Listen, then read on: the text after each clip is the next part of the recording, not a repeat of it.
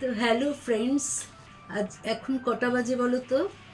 এখন বাজে রাত প্রায় 1টা। তা আজকে আমার চোখে ঘুম নেই, আসলে মনটাও এত খারাপ। এই যে আরজি করের ঘটনাটা ঘটলো, তোমরা তো সবাই জানো, একটা নিষ্পাপ মেয়ে যে নাকি ডাক্তার, সিনিয়র ডাক্তার, সে এরকমভাবে মানে এত একটা এরকম জঘন্যতম কাণ্ড সত্যি মন থেকে মেনে নিতে পারছি না। আমিও তো 2 মেয়ের মা, বলো। তা আজকে রাত 1টার সময় বসে আছি এই জন্যই যে একটু পরে আমি আর আমার হাজব্যান্ড বেরিয়ে যাব যাদবপুর HB বাস স্ট্যান্ডের কাছে। আজকে তো গোটা পশ্চিমবঙ্গ জুড়েই জানোই রাতে এর বিরুদ্ধে একটা আন্দোলন মিছিল চলবে, বা জমায়েত বা সভা, যাই হোক। খুবই দুঃখের সঙ্গে জানাচ্ছি যে সত্যি কথাই এর কোনো প্রতিকার নেই, কোনো প্রতিকার নেই। কবে যে আমরা স্বাধীন হব সেটাই তো মানে আমাদের মন থেকে, আমরা কি এখনো সত্যি স্বাধীন সেটাই বলতে চাইছি।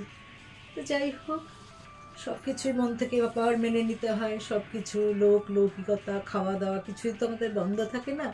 তবুও আমি মনে করি আমাদের প্রত্যেকের এই সমস্ত প্রতিবাদ জমায়েতে যাওয়া উচিত।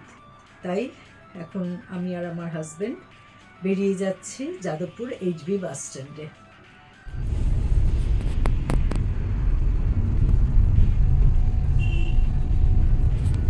আমাদের বাড়ি থেকে যাদবপুর HB গাড়িতে 3 মিনিট লাগে। তা আমরা পৌঁছে গেছি, দেখো, দেখতেই পাচ্ছ। এখানে আমি আর এখন বেশি কথা বলবো না, তোমরা দেখো।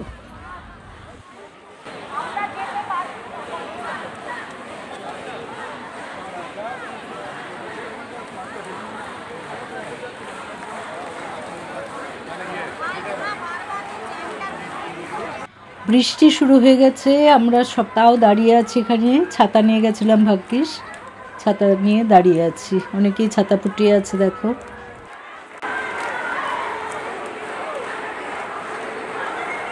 ভোর 6টা, আমরা এসে এই 3টার দিকে এসে শুয়ে পড়েছিলাম।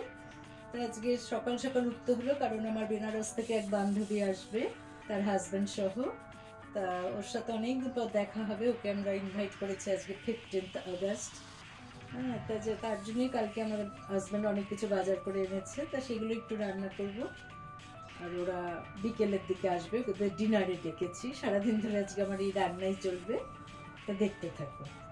কালকে স্যুপের সব কিছু আমি প্রেসারে সেদ্ধ করে রেখেছিলাম। আজকে ঠান্ডা হওয়ার পর আমি কিন্তু মাংসগুলো হাড়ের থেকে সব ছাড়িয়ে নিয়েছি, হাড়গুলো ফেলে দিয়েছি।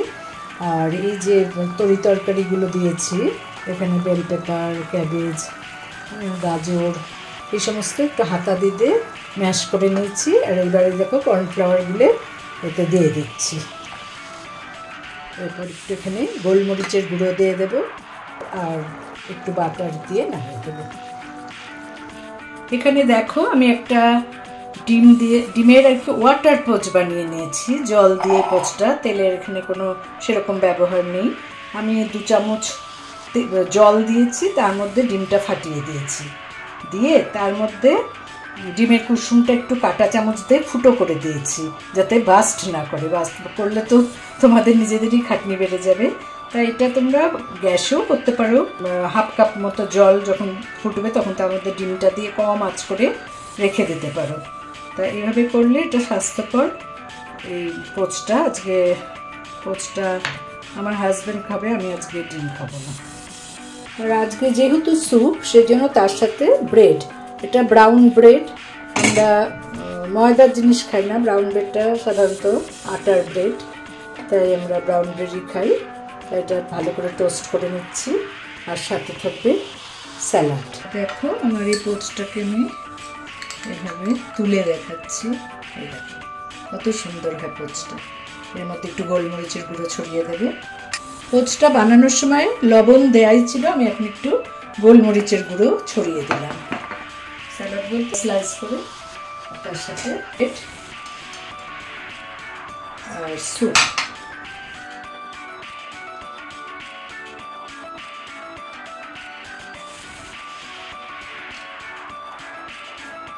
মাখন দিয়ে দিয়েছি। আর ওরা আবার একটু খাওয়ার পর মিষ্টি খেতে ভালোবাসে, তাই শখ করে একটু জিলিপি নিয়ে এসছে, বেশি না, 2টো করে জিলিপি শেষ পাতে খেয়ে নেব। তা আজকে আমাদের ব্রেকফাস্ট এটাই। চিতল মাছের গাদা নিয়ে এসেছিল কালকে, দেখিয়েছিলাম, সেটার থেকে মাছগুলোকে এভাবে চামচের সাহায্যে কুড়িয়ে নিচ্ছি।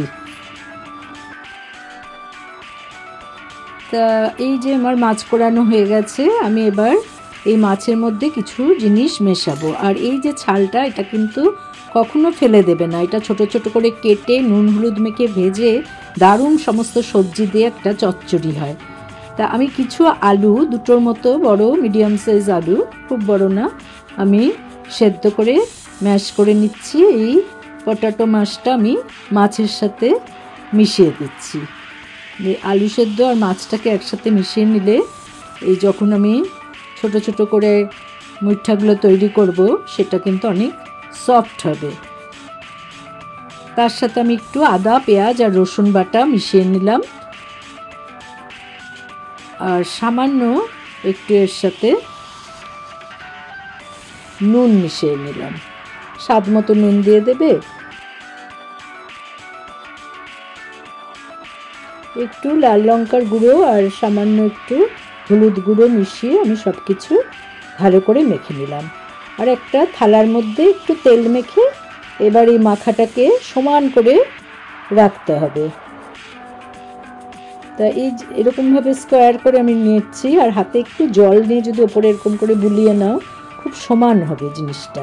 তারপরে আমি একটা চাকুর সাহায্যে এগুলোকে ছোট ছোট স্কোয়ার করে কেটে নিয়ে তারপরে তেলে ভেজে একটা আদা পেঁয়াজ রসুন দিয়ে সুন্দর করে একটা ঝোল বানিয়ে নেব।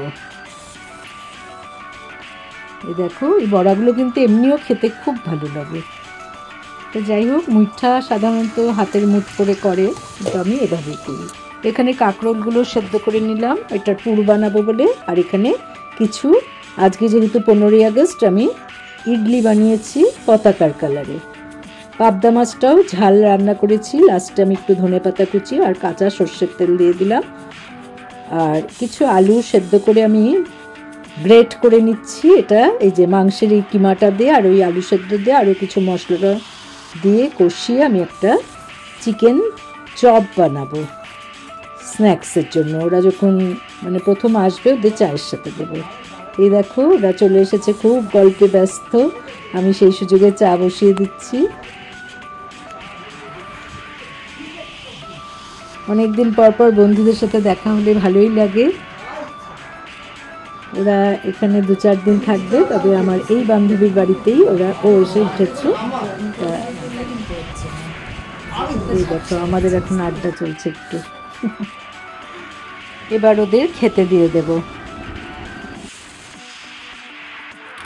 এবার তোমাদের একটু রান্নাগুলো দেখিয়ে দিই। চিকেন চপ, এটা কাঁকরোলের পুর ভাজা করব, এটা মিঠা চিতল মাছের, এটা বিউলির ডাল, চাটনি,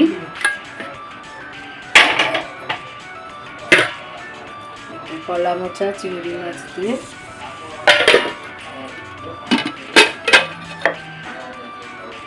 পাবদা মাছ,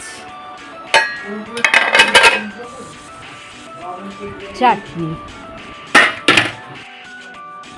এবার ওরা খাওয়া দাওয়ায় বেশ সুন্দর মেতে উঠেছে।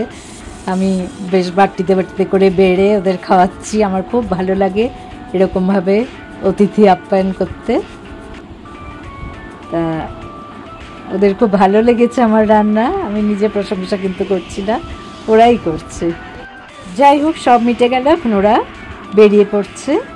তাই এখানেই শেষ করছি। তা দেখলেই তো বন্ধুরা, ওরা এইমাত্র বেরিয়ে গেল। এবার আমার আরও কিছু কাজ আছে। তা আমি চললাম এখন ঘরটা পরিষ্কার করতে, রান্নাঘরটা বিশেষ করে পরিষ্কার করতে। এখানেই শেষ করছি। বাই।